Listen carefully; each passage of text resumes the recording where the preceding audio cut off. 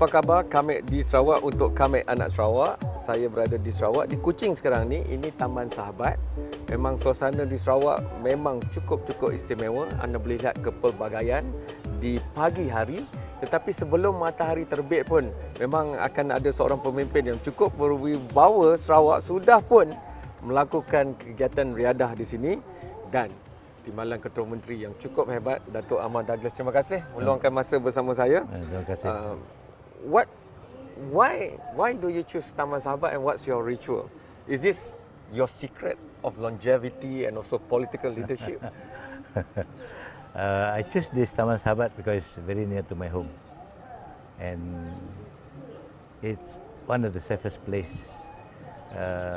Sometimes I walk in the morning and Saturdays there's a shopping area on the other side, but there is no fence and so on. So sometimes it's risky with dogs around.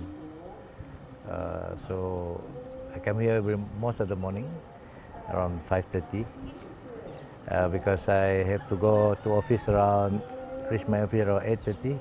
So I got to make sure that there's enough time to relax and to do exercise. Datuk Amar, you've been a politician for a considerable amount of time. So you know everything almost, I would say, about what needs to know. But many people don't realize that it's the older politicians that work the hardest. Because if we look at the national level, and now when we look at Sarawak, if you start your exercise routine at 5:30, you cannot wake up at 5:25. So meaning you've been awake for a considerable time before that. But we know at the position of Deputy Chief Minister, you won't be able to go back home at 7 or 8 p.m. and rest also. So what's the hours like? Maybe you sleep 2, 3, 4 hours only? Oh yeah, that's where I learned from some of the leaders. Some leaders have this 10-minute nap in the office or 5 minutes just to have complete rest. At night, because there's so many issues and so on and so forth, I normally sleep about 3 to 4 hours, intermittent sleep, and by 5 o'clock I should be awake, and that's where my routine begin. I need exercise, and I joined politics in 1977 as political secretary until today. It's a long journey, and I also feel old. So I need to make sure that my system, especially my way I handle situation, my faculty of thinking, keep fit. Is it a good de-stressor? Yeah. Because it relaxes your muscle, and then you sweat. At the same time, this environment is a very conducive environment. Yes. You can stop and look at the fish. It's a very relaxing.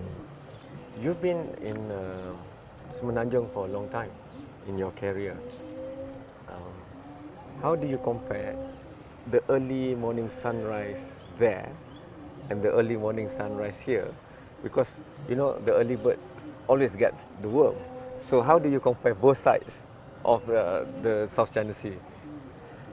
If you go to this Taman near Parliament, then you get then that give you this type of environment with the people, with the trees, and not so much of. But to get there, correct, it's a challenge. If you go wrong time, you'll be caught in the jam. So that is already very stressful. But here I just walk 5 minutes, walk here, and the environment is very clean. The air is very fresh. So it's that type of absence of traffic jam, so much hassle. I think that's one of the big differences. And I think the sky and the air is clearer here. Yeah, Kuching better than Kuala Lumpur. Kuala Lumpur is a bit, sometimes it's polluted. I don't know whether I can keep up with you, but today, Kamek Anak Sarawak will be with you in your exercise routine right here in Taman Sahabat Kuching. But that's not all. We also want to know after exercise, you must replenish nutrition.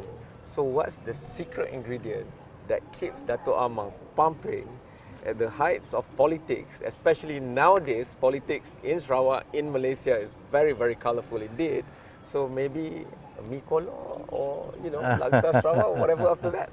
So I promise you, we're going to exercise, but after that, we're going to sit down for more juicy details of top leadership of Kamek Anak Sarawak episode for this time with Datuk Amar Douglas.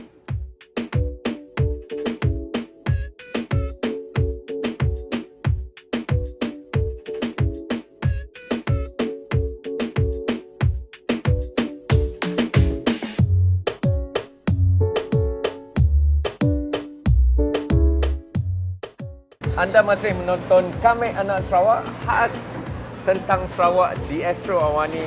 Awani sentiasa sayangkan Sarawak dan kami harap Sarawak juga sayangkan Astro Awani. Terima kasih. Dan rakyat sayangkan pemimpin. Di Sarawak pemimpin cukup dihormati dan pemimpin juga menghormati rakyat. That's why after Taman Sahabat recreation and exercise, Datuk Amar is here. This is the favorite hangout place in the morning for breakfast in this area. Before I ask you the more bigger question, why do you like to eat here? I'm among the first settler in this housing estate, Okay. 1982. Alright. So these are among the new, this is the shop the other side. Okay. Among this also has been here. So it's a friend. And this guy is the wife is from Betong. Okay. But the food is not oily. So it's familiarity. Okay. Datuk Amar, in all the thing I've Googled about you, other politicians you spend a long time in Semenanjung, I asked them also about you. They all said you're very driven. And you're very different because of your background, and you always tell the story of where you come from. You might not be residing in Betong because you have to be here at the seat of power, but every conversation they say that you have, you will always be the Betong inside, because you will always be talking about rural development, not for the sake of it, but for the people that must also be included. So what actually is the real driver between everything that you have done in your career from the 70s? I was born in the jungle to a poor family. There's no electricity, there's no water. My survival rate at that time was 50-50. There's no clinic, there's no road. When I go to school, I go to walk for a few hours. So when I have a chance to join politics, I make that as my mission. One, to fight poverty. Two, to make sure that the next generation doesn't have to go through what I've gone through. It's tough. That's why I have about 30 classmates. Most of them are dropout. I was the only one that can reach the university because it was tough. So it became our mission to make sure that the rural Sarawak will be able to be developed together with the other region in Malaysia. Because if the rural Sarawak remain lagging in development, remain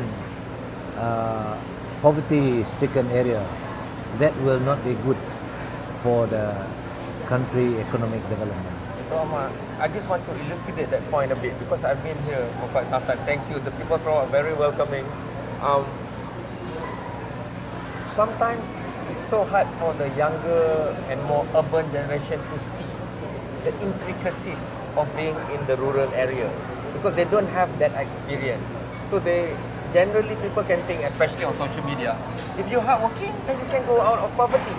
But the kind of poverty you are referring to, which are you are cut off from the development, any tools of development because of geography itself. Imagine the only way out is going on the river, and the river is not always the same. There are different tides of different monsoon and different stuff. And if you can link that, the fact of the geography end the extreme poverty, because there's no way to get to a clinic even if you are sick. And the modern population wouldn't be able to comprehend that. Can you give examples from your younger days? Yeah, but you see, I was talking to my children. My children were born in Kuching, have all the luxury of life. So we keep reminding them, it is hard work, it is a continuous struggle that keep us. And that is still relevant to them, even though they are not caught within that very difficult socio-economic condition. So that really they're very difficult for them to understand. They say, oh, that is your time.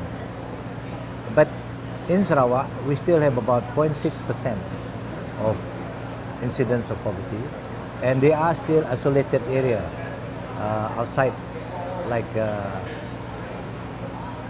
interior Baram, interior Rajang, and then. But for my area, Betong, we are a bit fortunate. So we are in the center, and we've been working very hard with. Last time the elected representative for Council Negeri was also a deputy chief minister. He's the one I replaced now. Yeah. So I guess he is also equally passionate to see that all this infrastructure to be placed, because that is a prerequisite for development. Yeah. And I can see that out of the schools, out of these facilities now, I can see more people are able to take advantage of modern life. Sarawak will be a main exporter of food for Malaysia and for the region, but we cannot just talk about food. Tak boleh cakap saja, kena makan. I'm stopping Datuk and Latif from eating. So we're going to enjoy the local delicacy here.